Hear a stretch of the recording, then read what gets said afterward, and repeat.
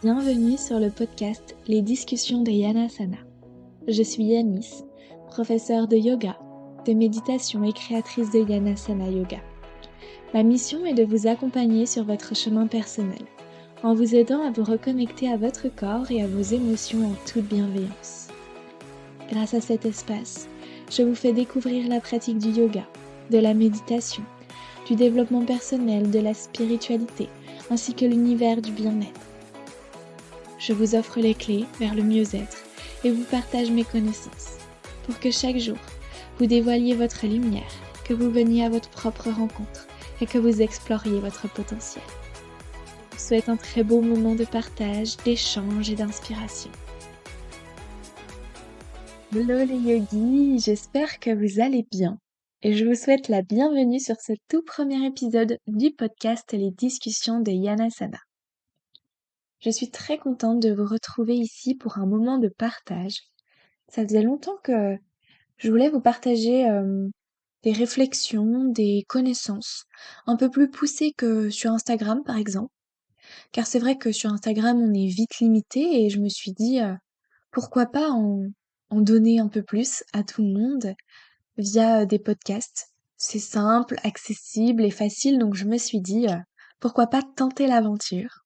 Donc, voilà, le premier épisode est là, enregistré, et vous allez normalement en retrouver un toutes les semaines, que ce soit sur l'univers du yoga, sur l'univers de la méditation, de la spiritualité, du bien-être, du développement personnel. Tout ce petit monde-là, je vais essayer de vous en faire des podcasts, des épisodes, pour que vous puissiez tirer un peu plus vos connaissances dans chaque épisode. Et pour commencer ce premier épisode, j'ai choisi de faire le thème sur les différents styles de yoga. Pourquoi j'ai choisi ce thème? Eh bien parce que très souvent, la plupart d'entre vous, vous ne savez même pas qu'il existe plusieurs styles de yoga. On est souvent mal informé sur le yoga. On pense que le yoga, c'est être assis en tailleur, méditer pendant des heures, faire la posture de l'arbre et dire namasté à la fin du cours. En fait, c'est un petit peu cette idée qui a été véhiculée pendant de nombreuses années dans notre monde occidental et notamment en France, puisque le yoga n'était pas réellement développé et que depuis, beaucoup de yogas ont apparu, ont fait leur premier jour, on va dire, en France. Et donc c'est vrai que maintenant le business du yoga, ou en tout cas tout l'univers du yoga, a vu une montée un petit peu en modernité. Et donc moi aujourd'hui, je voulais vous parler un peu plus de tous ces styles de yoga. Parce que c'est vrai que on peut être perdu face à tous ces styles de yoga, notamment si on savait pas qu'il y avait plusieurs styles de yoga, si on nous dit: «Mais comment ça, il y a plusieurs yogas? Enfin, qu'est-ce que c'est la différence? Comment c'est possible?» Enfin, voilà. Je vais essayer de vous parler de tout ça. Je vais vous parler de 9 styles de yoga durant cet épisode, sauf qu'il en existe encore plus. Moi, j'en ai choisi 9, les 9 que je connais. La plupart d'entre eux, j'ai déjà pratiqué. Certains, je n'ai pas pratiqué, je n'ai pas essayé encore, mais j'ai beaucoup lu, j'ai beaucoup appris sur le sujet, donc je vais vous transmettre les connaissances que je sais. Et si pour vous, c'est pas assez pointilleux, bien évidemment, vous pourrez aller faire vos recherches et je pense que vous pourrez trouver votre bonheur. Donc voilà, surtout n'hésitez pas à aller faire vos recherches et tout ce que je vais dire ici, c'est vraiment ma propre interprétation.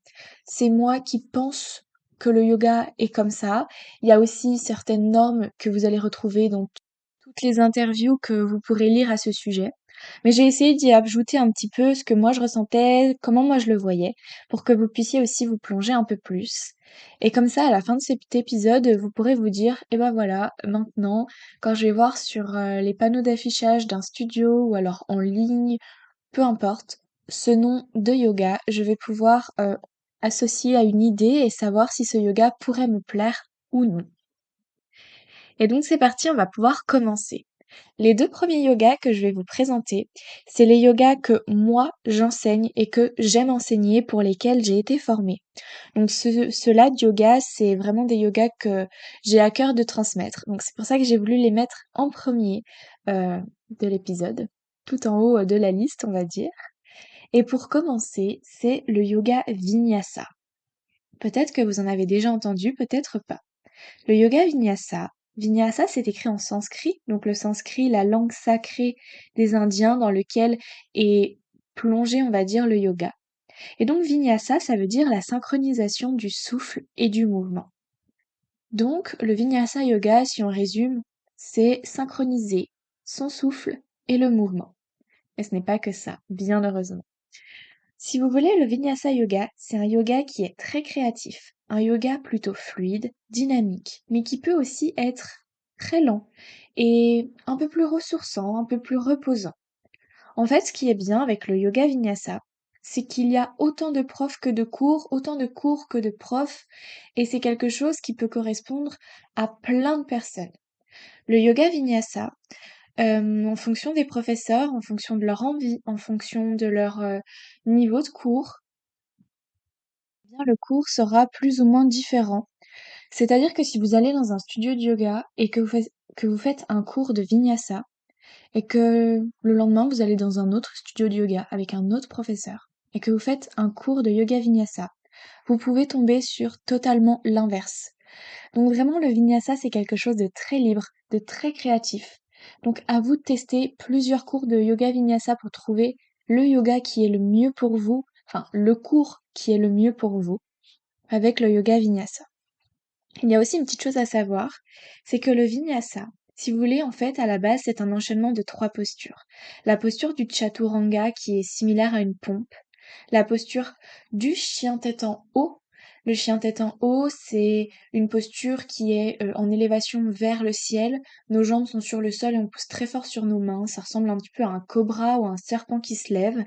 Et le chien tête en bas, c'est-à-dire un V à l'envers. Nos mains sont ancrées dans le sol, nos pieds sont ancrés dans le sol et on forme un V à l'envers avec notre corps. Et ces 3 postures enchaînées s'appellent un flow vinyasa. Et donc, dans chaque cours vinyasa, vous allez forcément retrouver au minimum 3 flows vinyasa pour que le cours soit un cours de vinyasa. Donc, vous voyez, c'est très libre. Du moment où on a minimum 3 flows vinyasa, vous allez avoir un cours de vinyasa. Donc, il peut être totalement différent en fonction de l'endroit et du professeur. Voilà pour le yoga vinyasa. On passe ensuite au warrior yoga. Alors, le warrior yoga, c'est un yoga qui a été créé par Arya Crescendo et Gus, son mari. C'est un yoga qui est très sportif, très dynamique et très challengeant. C'est un yoga qui, pour certains, peut aller à l'encontre, on va dire, du monde du yoga. Mais pour moi, je pense que c'est vraiment quelque chose de modernisé, de quelque chose qui garde les bases du yoga, les bases de la relaxation, les bases de l'union, parce que le yoga, c'est vraiment une union, mais qui vient quand même moderniser et mettre un peu de challenge dans la pratique. Si vous voulez vous ennuyer, ce ne sera pas à ce cours-là. Si vous voulez vous reposer, ce ne sera pas à ce cours-là. Si vous voulez ce cours, il a une structure bien précise. On va venir commencer par un petit échauffement, petite mobilisation. On va ensuite venir faire nos salutations au soleil. Salutations au soleil, c'est des enchaînements de postures qui vont être guidés par nos inspirations et nos expirations. Ensuite, on va venir faire toutes les postures debout. On va ensuite venir faire les inversions. Attention, inversion, c'est les postures sur la tête ou tout du moins sur les mains, les avant-bras. C'est à chaque fois que notre cœur est en dessous de nos hanches, c'est une posture en inversion. Et les inversions, c'est vraiment le grand principe du warrior yoga.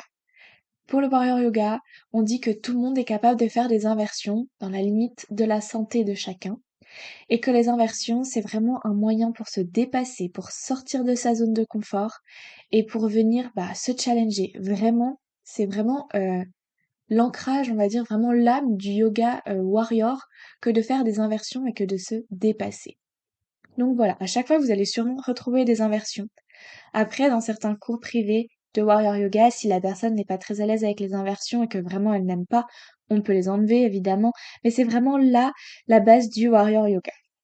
Et surtout, le warrior yoga a été créé donc par Arya et Arya nous explique que le warrior yoga, tout le monde peut en faire. On n'a pas besoin d'être fort, on n'a pas besoin d'être souple, on n'a pas besoin de savoir méditer pendant des heures, on n'a pas besoin d'être sportif. Parce que le warrior yoga, il peut s'adapter au rythme, à l'intensité et au niveau de chacun.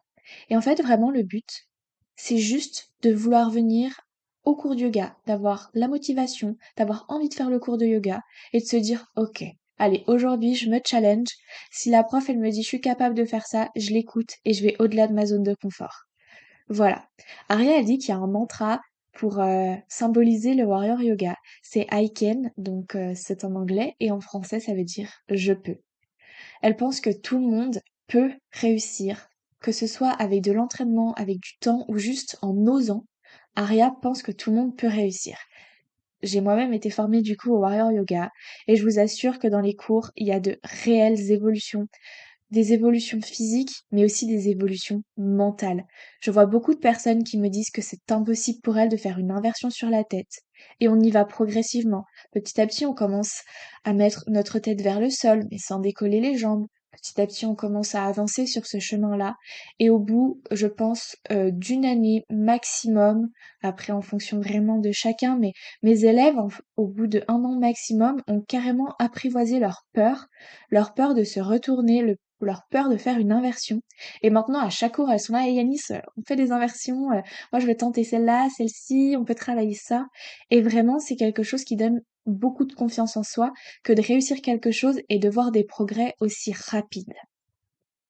Voilà pour mon long monologue sur le warrior yoga.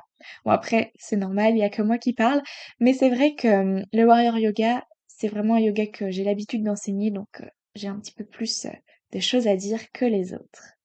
Et donc, on va continuer tranquillement avec notre prochain style de yoga. Le troisième yoga que je voulais vous parler, ça s'appelle l'Ashtanga Yoga. C'est un yoga très dynamique, très structuré et très exigeant. Ce yoga-là, il est composé de 6 séries de postures, c'est-à-dire que vous pourrez faire 6 cours différents. Que vous alliez dans n'importe quel pays du monde, que vous alliez n'importe où, vous ferez toujours les mêmes cours d'Ashtanga. Vous avez 6 propositions de cours d'Ashtanga et vous allez toujours refaire le même. Donc c'est-à-dire que même si vous parlez pas français, dans l'endroit où vous vous trouvez, vous allez à un cours d'Ashtanga, vous saurez quelle posture faire si vous en avez déjà fait en France. Ces 6 séries de postures, elles sont vraiment de difficulté croissante. On vient faire la première série, très débutante, quoique il y a quand même certaines postures qui demandent beaucoup d'exigences. C'est pour ça que je disais que l'Ashtanga Yoga, c'était très exigeant. On a ensuite la deuxième série, la troisième série, et moi, je vous avoue que je ne peux pas aller au-delà de la troisième série, et il y en a 6. Je me considère pas comme une yogi expérimentée.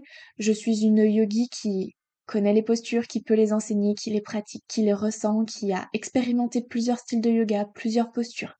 Je peux totalement enseigner plein de postures, mais je ne suis pas capable physiquement, c'est-à-dire que anatomiquement parlant, mon corps n'est pas en capacité de continuer les postures d'Ashtanga. On dit qu'il y a très peu d'Ashtangis, du coup, qui peuvent réussir toutes les séries de l'Ashtanga. Donc voilà. Donc si vous allez faire de l'Ashtanga, vous allez sûrement vous arrêter jusqu'à maximum la troisième, parce que généralement les professeurs enseignent jusqu'à la troisième. Je ne connais pas de studios qui vont jusqu'au-delà de la troisième. Il en existe, j'en suis sûre. Moi, pour le moment, j'ai pas expérimenté plus. Euh, c'est vrai que c'est un yoga qui est très progressif et qui demande beaucoup de temps. Donc on peut se dire, ah ouais, mais il y a que 3 séries, enfin moi je vais faire la première, je vais pas la faire pendant 10 ans. Et en fait, si vous voulez, l'Ashtanga, il est vraiment amené par le fait que on va prendre le temps de prendre chaque posture, de les comprendre, de les instaurer, on va dire, dans notre routine et de laisser notre corps apprivoiser les postures. Et on va tranquillement progresser au fur et à mesure. Voilà, ça c'est vraiment l'Ashtanga Yoga, dynamique, structuré, exigeant. Voilà. Pour le prochain style de yoga, ça s'appelle l'Iyengar Yoga. Donc là, c'est un yoga plutôt traditionnel qui a été inventé par BKS Iyengar dans les années 60, je pense, si je dis pas de bêtises. C'est dans ces eaux-là, en tout cas. BKS Iyengar, c'est un yogi très connu dans le monde du yoga. Et il a donc donné son nom à son propre yoga. Et son propre yoga, sa spécificité, c'est vraiment la précision, l'alignement et l'anatomie. Je pense que ce yoga, c'est le yoga qui vous donnerait le plus de bases traditionnelles pour pouvoir réussir tous les autres styles de yoga. C'est un rythme qui est plutôt lent, mais intense physiquement, parce qu'on reste dans les postures. On se met dans la posture, on rentre dans la posture, et le professeur, il est vraiment là pour nous ajuster, pour nous donner vraiment tous les petits détails de la posture, pour aller le plus précisément possible dans l'ajustement de la posture. C'est pour ça qu'on reste assez longtemps dans les postures, et c'est aussi pour expérimenter la posture, l'inconfort de la posture, le confort de l'imposture, enfin de la posture. C'est vraiment quelque chose qui va venir nous challenger mentalement plus que physiquement, même si c'est dur de rester parfois dans certaines postures.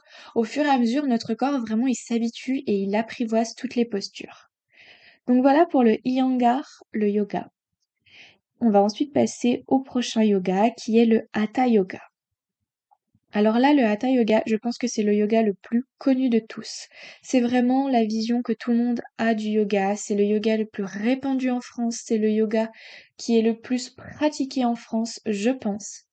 Quoique, avec tous ces styles de yoga depuis ces dernières années, peut-être que ça a évolué. Mais on va dire vraiment que le Hatha yoga, c'est le précurseur du yoga en France. C'est vraiment le yoga qu'on retrouve partout.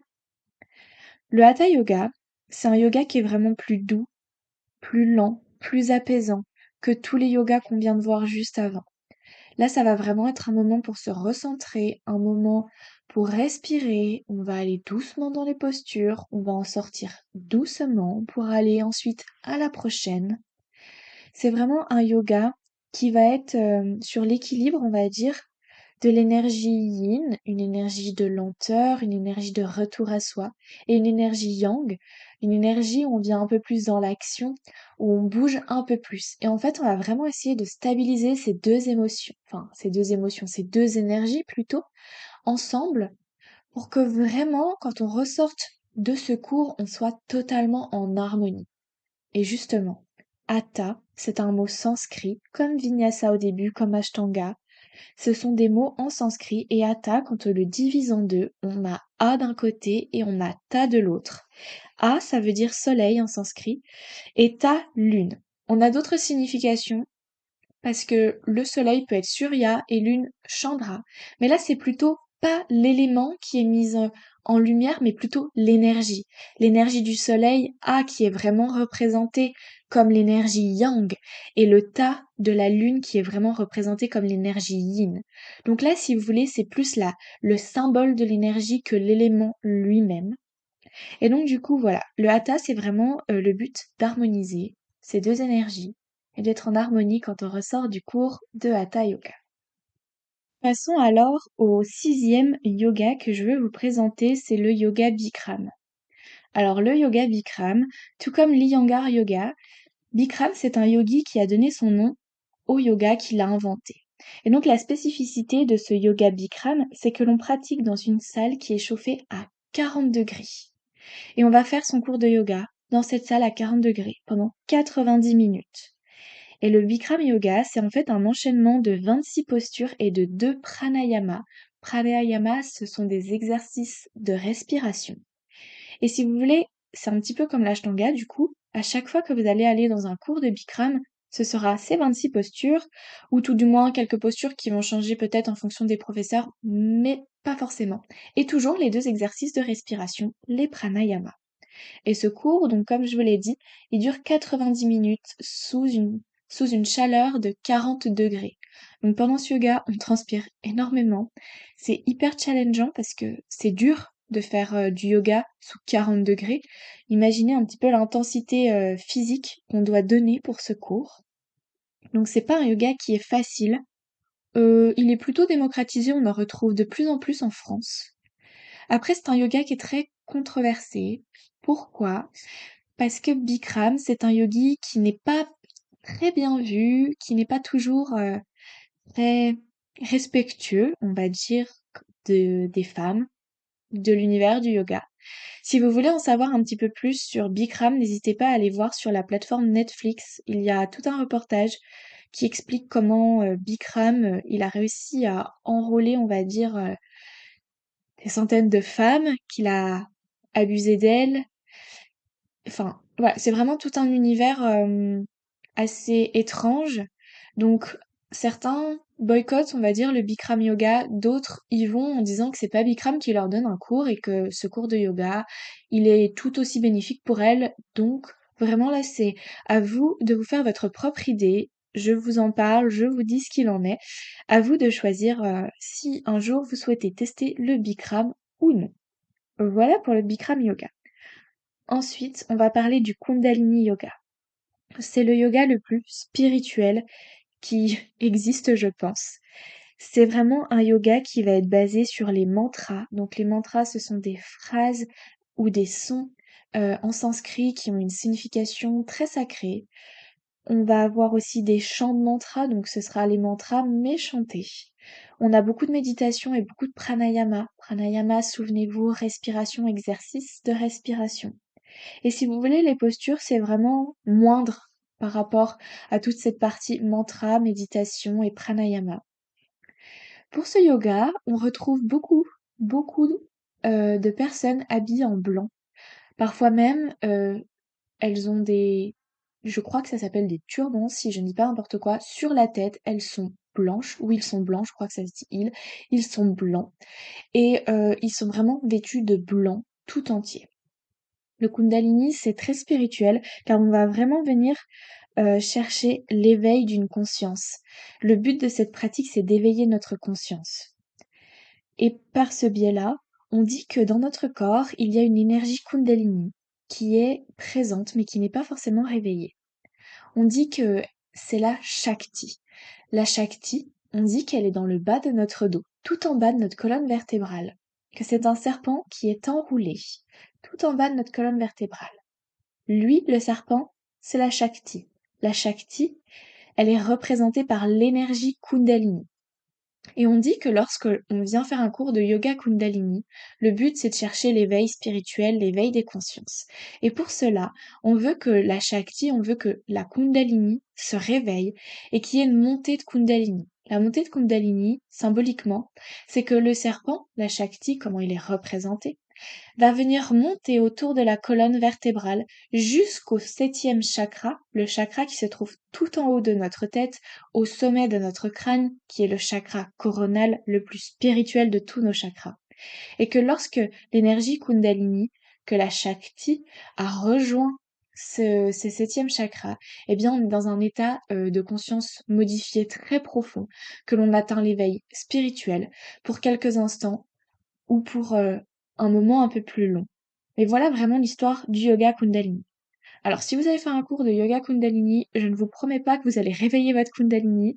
C'est quelque chose qui peut être très étrange à première vue, parce que c'est vraiment quelque chose d'énergétique à l'intérieur de nous et qui va venir nous faire entrer dans un état de conscience modifié, comme je vous l'ai dit. Et donc, c'est vraiment quelque chose qui va libérer notre corps, libérer les tensions, les émotions. Et donc parfois, certains avec leur corps peuvent bouger, il peut y avoir des tremblements, ils peuvent parler. C'est vraiment quelque chose qui n'est pas anodin. Et on n'est pas forcément obligé d'avoir une montée de Kundalini quand on va faire du yoga Kundalini. Voilà la précision. Si vous voulez en savoir plus sur le yoga Kundalini, n'hésitez pas à aller vous renseigner. Il y aura toujours plein de documentation sur Internet ou même sur les réseaux sociaux et même sur les livres. Vous pourrez trouver plein d'informations. Voilà ce que je sais du yoga Kundalini. J'en ai jamais fait. Une expérience à tester. Mais c'est vrai que c'est beaucoup en ce moment expliqué, mis en avant sur les réseaux. Donc je trouve que c'est une bonne chose. À vous d'aller vous renseigner un peu plus si ce yoga vous plaît.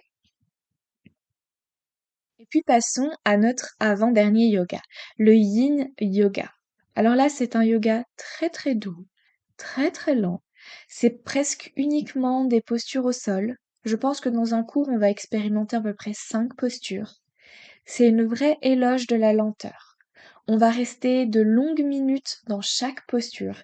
En fait, si vous voulez, ici, le but, c'est de rester longtemps dans une posture pour avoir un relâchement musculaire et mental complet. Donc vraiment, ça va être de prendre le temps, de revenir à l'intérieur de soi, d'introspecter. Ça va être vraiment quelque chose qui va nous challenger peut-être pour les personnes qui sont très actives, qui pensent que, entre guillemets, rester en posture statique, c'est perdre du temps. Là, ça va être très challengeant pour ces personnes-là. C'est un yoga qui est très reposant. C'est un yoga qui est reposant physiquement et mentalement. Donc, je pense que en fonction de vos moods, en fonction de vos humeurs, vous pouvez aller à un yin yoga, en faire chaque semaine, en faire une pratique quotidienne, peu importe. Mais c'est vraiment un yoga qui est très lent. Donc, que vous soyez préparé, que vous pensiez pas aller à un cours de yin yoga et que en fait vous vouliez du warrior. Voilà, là c'est vraiment les deux yogas les plus opposés, je pense, le warrior yoga et le yin yoga. Et pour notre dernier style de yoga, le Nidra Yoga. Donc là, c'est aussi un yoga que j'enseigne. Je l'ai pas mis au début parce que je voulais vraiment que vous ayez les deux premiers yogas que j'enseigne. Et lui, c'est vraiment un yoga que j'insère parfois dans le Vinyasa, que j'insère parfois dans le Warrior. Et surtout que certaines clientes désirent faire juste du Nidra Yoga. Mais je le fais beaucoup moins souvent que tous les autres yogas. Alors, le Nidra Yoga, c'est en fait une relaxation guidée. On est dans la posture de Shavasana. Shavasana, c'est la dernière posture de yoga. C'est une posture où on est allongé sur le sol, sur son tapis, les bras le long du corps, les jambes allongées et le dos bien plaqué sur le sol. En fait, c'est comme si on était allongé dans son lit, mais on est allongé sur son tapis. Et en fait, on va vraiment partir dans une relaxation très profonde grâce au professeur qui va nous guider avec une méditation guidée. C'est-à-dire que cette méditation, elle va partir peut-être sur une histoire, peut-être sur une respiration, peut-être sur quelque chose de physique, un body scan par exemple, c'est-à-dire qu'on va venir mettre en conscience chacun des endroits de notre corps, toutes les parties de notre corps. Et le yoga nidra, il peut durer de 30 à 1 heure, de 30 minutes à 1 heure, et on va être allongé et en fait on va méditer. Le yoga nidra, ça s'appelle le yoga du sommeil. Et ici, le but, c'est de ne surtout pas s'endormir, mais au contraire, de méditer et de plonger dans notre relaxation très profonde. Voilà pour le yoga nidra. Le yoga nidra, parfois, je l'instaure pendant 10 minutes à la fin du vinyasa et à la fin du warrior pour faire un shavasana un peu plus guidé et un peu moins difficile parce que parfois un shavasana dans le silence, c'est compliqué. Et donc parfois j'aime bien intégrer le nidra à la fin du vinyasa et à la fin du warrior. Voilà pourquoi je voulais vous en parler à la fin, parce que c'est pas vraiment un yoga que je pratique, enfin, ou que j'enseigne tous les jours, mais c'est un yoga que j'aime bien puiser des petites choses pour y mettre dans un autre yoga, et parfois juste faire du nidra yoga. Et voilà les yogis, on arrive à la fin de cet épisode. Je vous remercie d'être restés jusque-là, j'espère que ça vous aura plu, que vous aurez découvert plusieurs styles de yoga, plusieurs choses sur le yoga. Peut-être que vous connaissiez déjà et que ça vous a apporté des précisions. En tout cas, n'hésitez pas à me dire en commentaire ce que vous avez pensé de ce premier épisode, de ces yogas, quel est votre préféré et quel yoga vous avez déjà testé. Et si vous voulez parler d'un autre yoga que je n'ai pas parlé dans ce podcast, allez-y. Vraiment, les commentaires, ils vont être là pour qu'on puisse échanger sur le sujet et que vous puissiez partager à tout le monde qui en aurait besoin. Donc, n'hésitez pas. Je vous remercie pour votre présence à ce premier épisode. Je suis très contente de me lancer dans cette aventure-là et on se retrouve du coup la semaine prochaine pour un autre épisode. J'espère qu'il vous plaira et puis je vous souhaite une très belle soirée ou une très belle journée en fonction de quand vous écoutez cet épisode et je vous dis namasté les yogis. Merci.